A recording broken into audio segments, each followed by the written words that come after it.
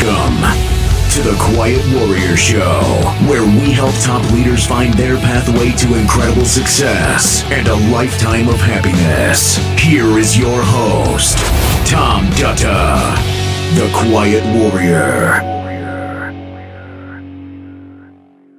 All right, welcome to the Quiet Warrior Show, everybody. I am here and excited because this is a very different kind of show. Usually you see me in my black tee. Today I have a blazer on, and it's all about getting ready to speak at the EAW Conference 2022. Are you excited?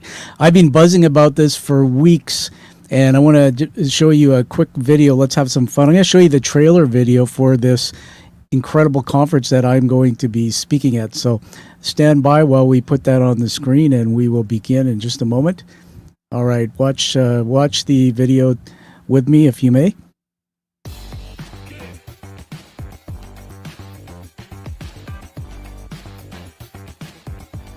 The world is more complex than ever before, moving and changing at an incredible rate. No one is immune, not even the most successful leaders of today's best-known companies. We are taking the global industry to new assumptions, beyond agile and business agility. Be ready to understand the science behind high uncertainty and accelerated change. Be ready to challenge your organization. Join us at the Enterprise Agility World Conference to know more. The largest event on science, organizational change, and enterprise agility. Enterprise Agility World Conference. The place where science meets organizational change. All right, we're going to put that off the screen. Just bring me back here. I am back with you. It's Tom Dutta, the host of the Quiet Warrior Show. I'm going to put a banner on the screen here. Just take a look at that. Listen, note this down because I'm going to pull it off the screen and put it back in a few minutes. You want to go to register for the conference, www.eawconference.org. Use my coupon code TOMDutta in one word, and you will get a significant discount on this conference. It is November 5th and 6th. It's right around the corner. And the reason why I'm live streaming today is I'm telling you about this because I am going to give you a sneak peek at my presentation. And there are 65 speakers. There are 36 language translations. This is a global gathering of some of the best thought leaders, executives from around the world. Get this, keynote speaker, Google CEO, and I haven't seen it done this way before, you get access for 365 days, the whole year, to all of the replays. When was the last time you went to a convention conference and even online and they said, hey, for the next year you can access that? Plus, a lot of the speakers are giving handouts, giveaways, materials. I mean, there's so much value here. Everybody, it's 2 days, $140 with my discount code TOMDutta. It's $90. I mean, that's almost laughable. It's not even close to the value of what I believe you're going to learn here. Now, we want to make sure I say and confirm again, this is not a conference about just agility. Now, I want to speak, first of all, to people like my daughter who are in university and graduating, and others who I talk to.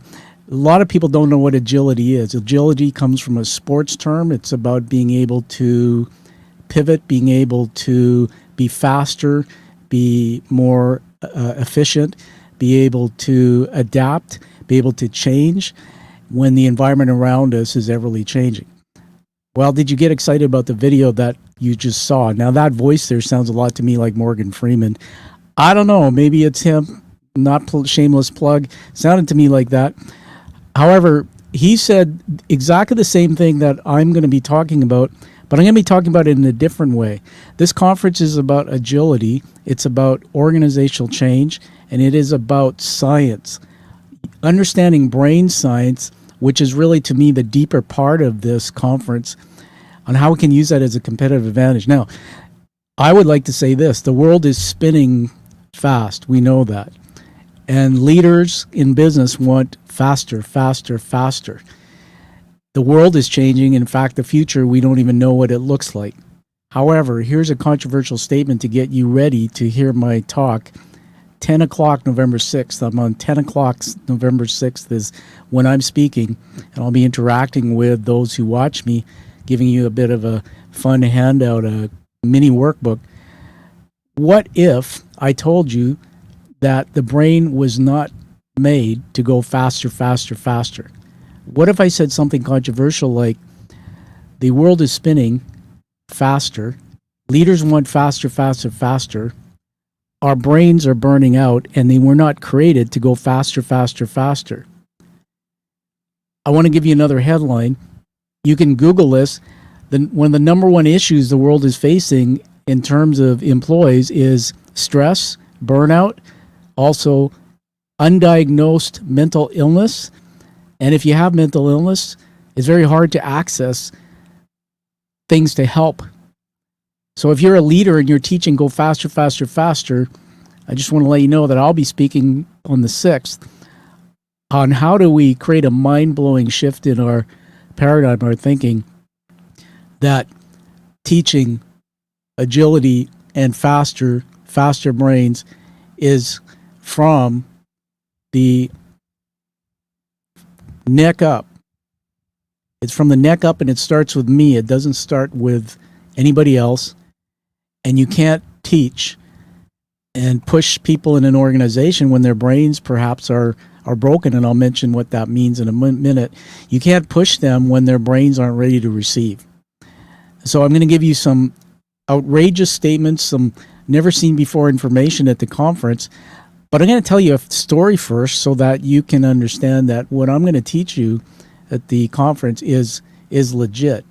And this is based on a story that I'm going to share a PowerPoint deck with you here. And this is based on a quick story. I'll be sharing a little bit more of this at the conference on November 6th at 10 a.m. That's when I'm speaking. In 2018, I had just come off of an incredible ride. I run an education company, one of the top 100 in the world. I have a background as an executive, running for 30 years as a C-level leader in multiple industries. And life was good. I was at the top of my game. And my dad died in January 2018. What you're seeing here is a picture of his funeral. And there's my dad there. Rest in peace, Dad. I love you, Dad. See, the thing is that 3 months before my dad died, I didn't know he was going to die. We met at Starbucks for the first time to have a coffee because we hadn't seen each other for most of my life.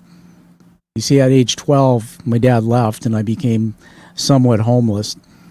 And so there's a long story behind that, but we decided, hey, I'm going to reconnect, and we had this coffee, and 3 months later I said, Dad, let's go slow and let's start having coffee and once a month. And then January the phone rang, and it was my mom, and she said, I don't know how to tell you this, but your father died. Now, do you have somebody that you haven't made peace with, somebody that you have unfinished business? Number one is get there fast and hear their story and hear them before it's too late. So you'll be hearing more about this in my story in the conference speech.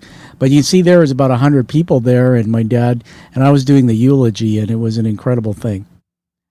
All right, let's roll the clock. So I took some time off to bury my dad and settle the estate. And again, I'm at the peak of my career, and my life is just amazing, family and all that.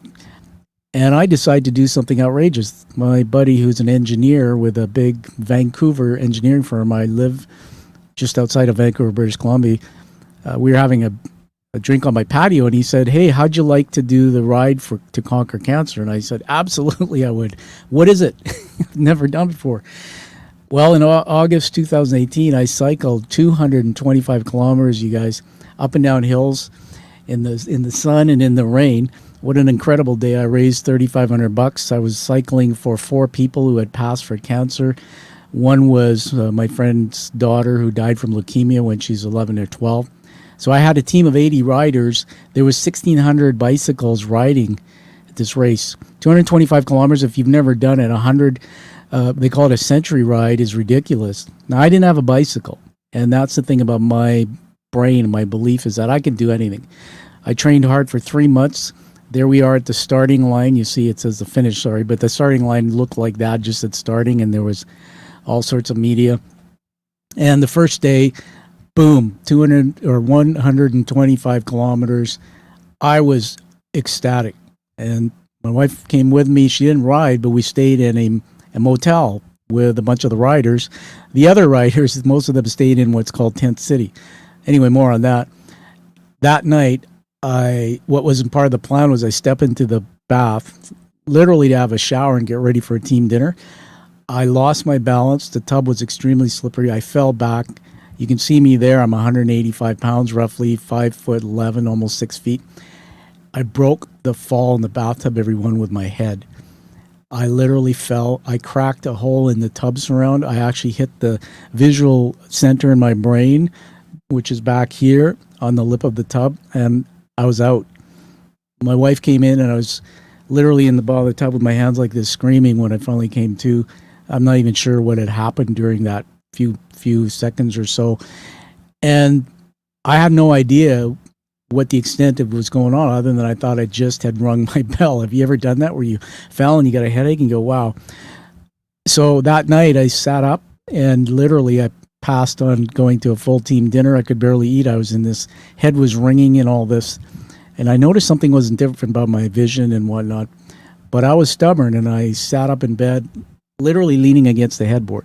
And my wife said, you're not getting up in the morning, because you see, I had to be in the team truck at 5:30 a.m. to go back to the main place to get our bikes and get going for the second round of this ride.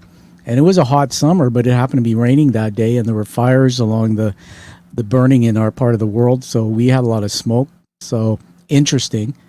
But I remember saying to Anna, well, the people who had cancer never had a chance. They had to keep moving forward. I didn't know what was going on with me. I just knew every 10 kilometers they had emergency services. I told my team captain what happened. In fact, I took a picture of the tub where I cracked. And he said, Tom, if you experience anything, you check out. So I sat up, leaning on the bed, trying to sleep. Didn't get much sleep. 5 a.m. in the team truck, literally in a daze. And this is the power of brain science I want to share with you, is that we can do anything if we really don't know the truth about what's going on. Our brain tends to play to what we believe. So I just want to say what's in the picture there. There's my bike tag number. That's me on the far right there. And this is the second day. And look at the pain on my face. Literally put an emergency blanket to keep me warm at a shelter. But this was me, and I literally just dragged myself across the finish. It was excruciating, and I finished the ride. Now, I carry this in my pocket to anchor the fact that after I tell you next what happened to me, that I'm still alive. This reminds me of what I was capable of doing, and anything in life that comes up, I tend to remember. I've used the power of brain science to anchor that memory. Let me go to my next slide here. There's so many things that happened, but basically this is a powerful image I wanted to share with you. On the left-hand side is me standing, this would be February 29th, 2020, doing my first ever TEDx talk, talking about how leaders can lift the stigma of mental illness. On the right-hand side was my side hustle. I spent 2 years, I went from chief executive level work down to nothing. I sustained a serious brain injury. In 3 months, I slipped into depression with everything from suicidal ideation.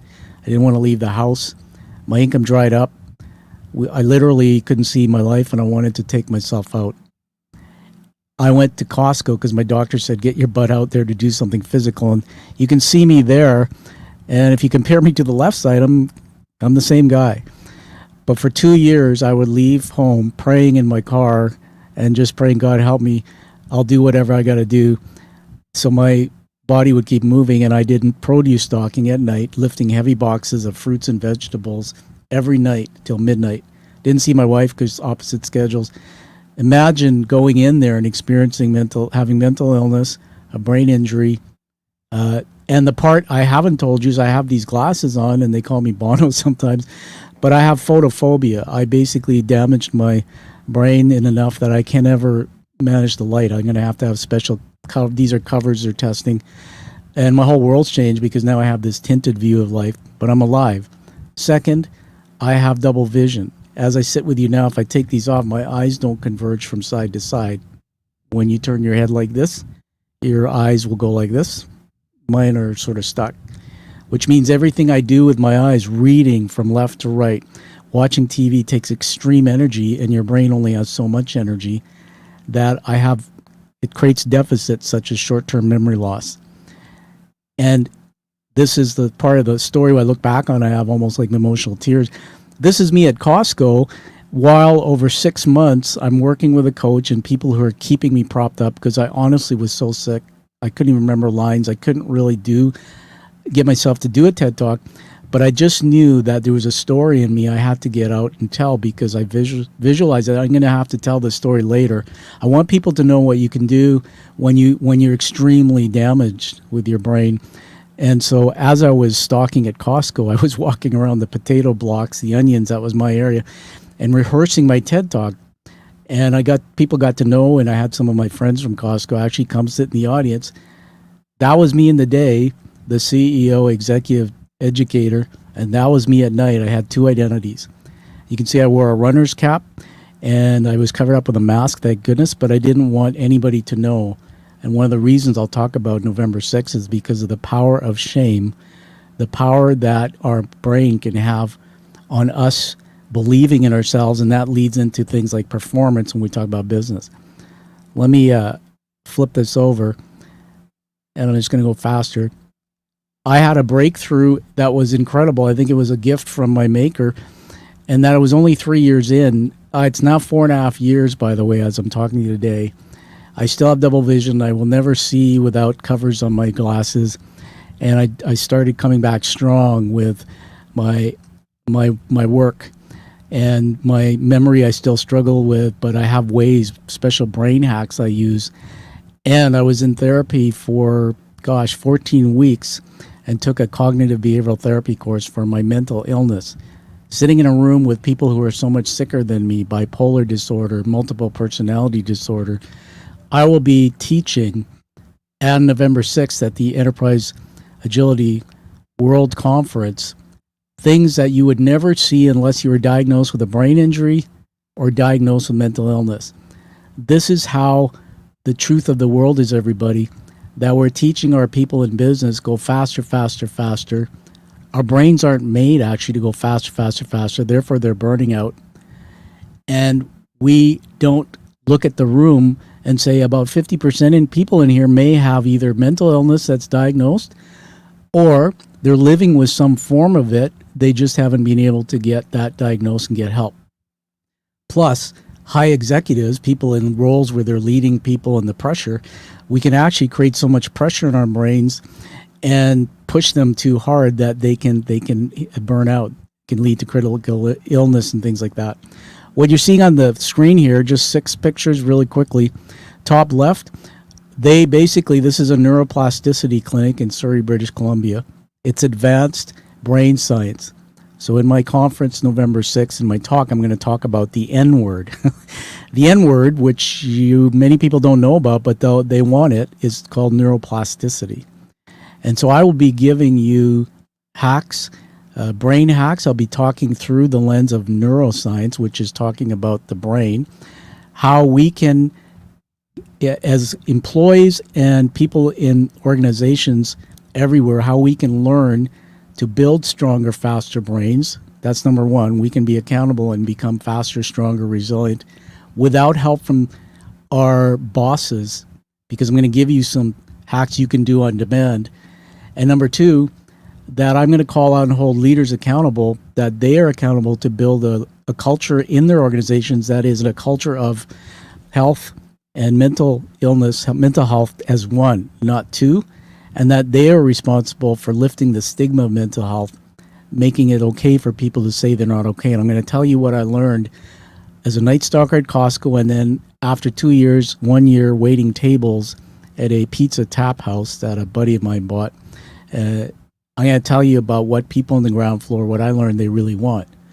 So how does this all relate to things like agility? Well, what you see here is me standing on a foam pad. Next one is you see them strapping on this this cap. It's called NeuroCatch. It's actually one of the only device in the world. It's approved by the FDA, Health Canada, and it measures the vital signs basically of my brain. So they literally measured 4 or 5 areas of how my brain waves were working, and then they created targeted therapy by using the N-word, neuroplasticity. So one more thing on neuroplasticity, which you'll hear a lot about at this conference from me in particular, is our brains, we're the only species, our brains are plastic. You have about 90 billion neurons, brain cells in your brain, just underneath the outer fat layer of the brain. These neurons talk to each other by throwing up chemicals like dopamine, serotonin. The root of all motivation and all emotion, did you know, comes from a brain chemical called dopamine. So when we say as leaders, we need to motivate our people, no.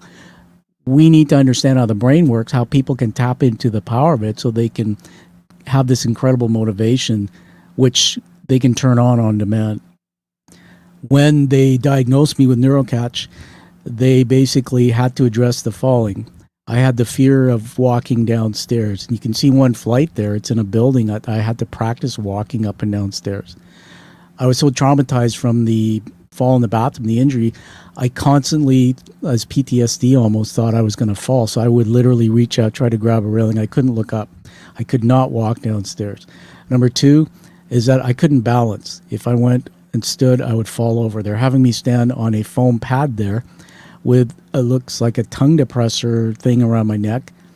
That I'll talk about as well, because that was part of the neuroplasticity therapy I took. And then you see on the far right there, I was even doing naturopathic treatments to boost my immune system because it was traumatized and all this other stuff going on. And what people don't realize is it's no different than being in the workplace, having stress, high stress, leading to anxiety, depression, mental illness, these things. Basically, your brain doesn't function effectively. It's unhealthy brain. And then, of course, up top right there, I have to even put that in. My little miniature Shih Tzu, my dog, even died during the couple of years. She was my best friend, sitting beside me. We're at about 22 minutes, and I want to move to wrapping this up with a couple thoughts for you. And again, I've got these glasses on. I'm going to be brave and take them off, and they do cause challenges with the light. But you know what? Hey, we're all friends. So here's what I'm going to teach you a lot about. I'm going to ask you some questions. As for example, on a scale of 1 to 10, define your physical fitness. I might ask you on a scale of 1 to 10, define your brain health. And when I do this in workshops, people are like deer in the headlight. I'm going to teach you how to understand the room you're in, if you're a leader or if you're even in business, learning from a leader, what happens, how your brain works, how your cognition, which is your thoughts, actually work, and why leaders who are training and teaching using tools like PowerPoint and telling how they actually can trigger us to get into a state of fear where they've already lost us in the presentation before we're even there connecting and wanting to do more, go faster, be more agile, make change. I'm also going to give you some controversial thoughts about how there's no doubt if you look around the room when you're a leader and when you're in a company, there's unhealthy brains everywhere. And the last thing I'm going to share with you is a breakthrough I made after I came through my neuroplasticity brain recovery, and I'm still recovering, and then navigated to live well with mental illness. Note to self, it's a myth. You can't get rid of mental illness, but you can manage it and live well. And I'm going to talk to you about how I believe everybody has mental illness, whether it's chronic and diagnosed or just things that come and go. We all experience mental illness because our brains tend to overheat and get fried, burn out. We don't take care of it. I'm going to teach you some hacks on how then do you navigate a world that's changing fast and spinning. How do you take responsibility for yourself versus expecting people around you? And how do you become indomitable? In other words, I'm going to teach you things that I learned while I was mentally ill, diagnosed with illness and a brain injury that you would never get access to unless a doctor diagnosed you, because the kind of skills and information, including the topic of neuroscience, which is science of your brain, how you just don't get that education and training until it's after the fact. You're going to leave my talk with a mini workbook with some of my top hacks, what I call brain skills, to be able to develop a more agile, healthy mental health and brain, be able to know when you're heading to the danger zone with your brain, and be able to know how to prevent mental illness for the most part. Now, I'm not a doctor, I'm not a neuroscientist, but you'll learn more about why I have this level of knowledge.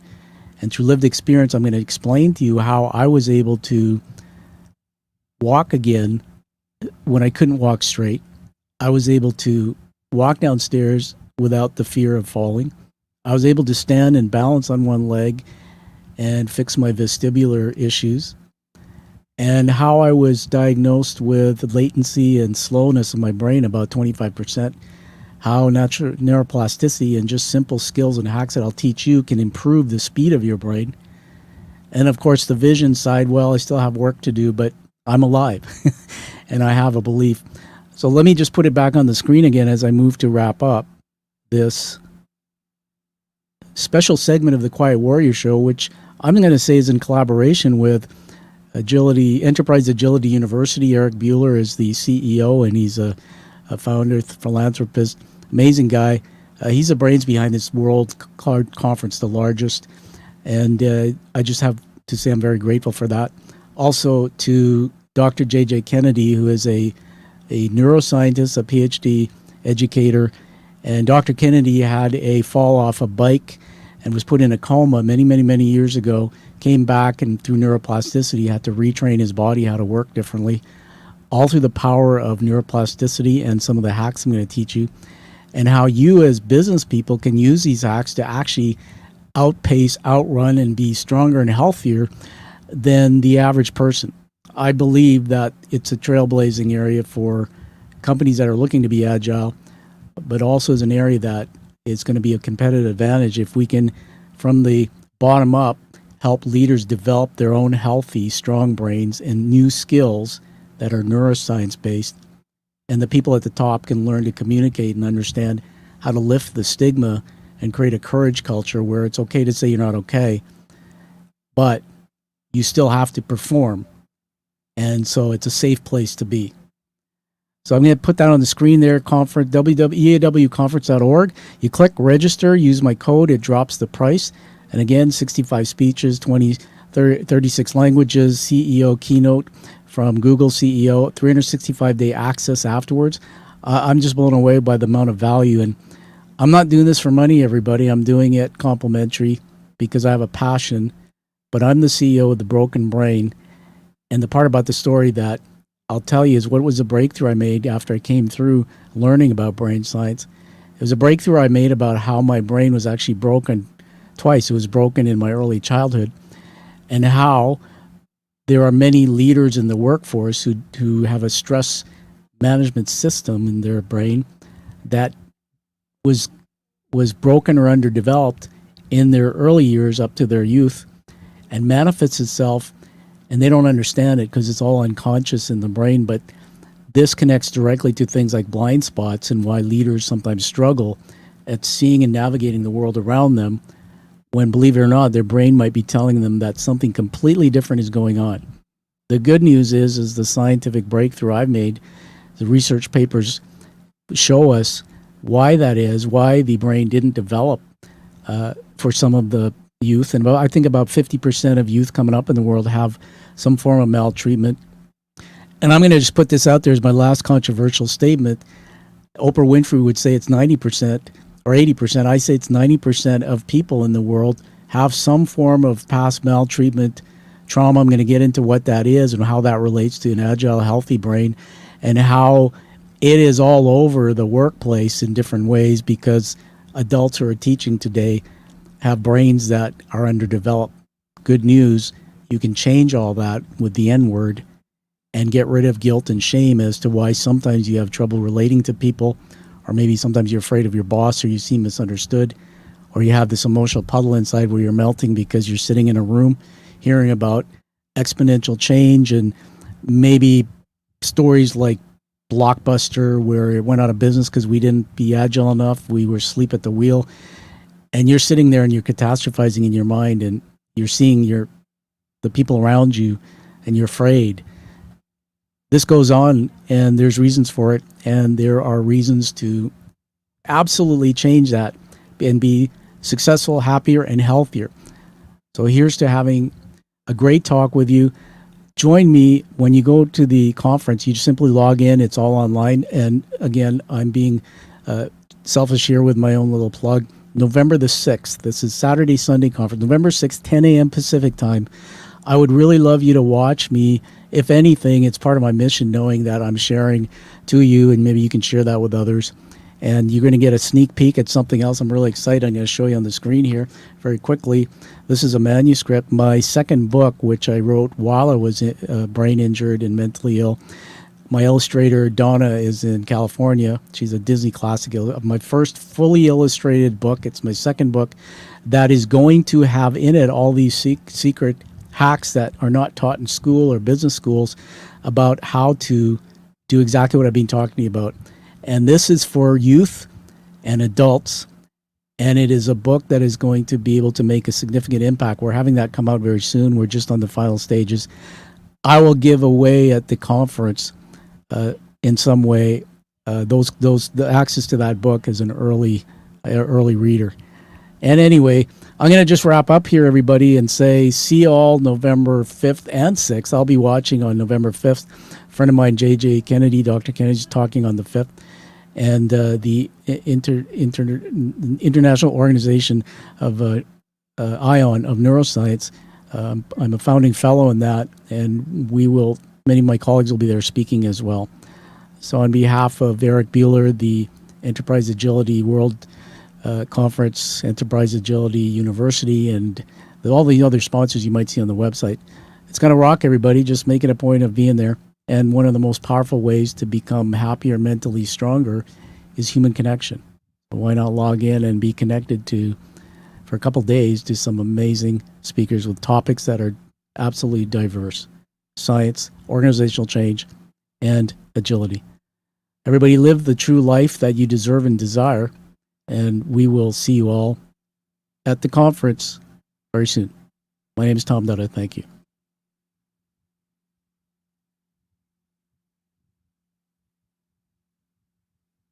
Thank you for listening to The Quiet Warrior Show. Create is a motive-based leadership development firm. www.kreat.ca.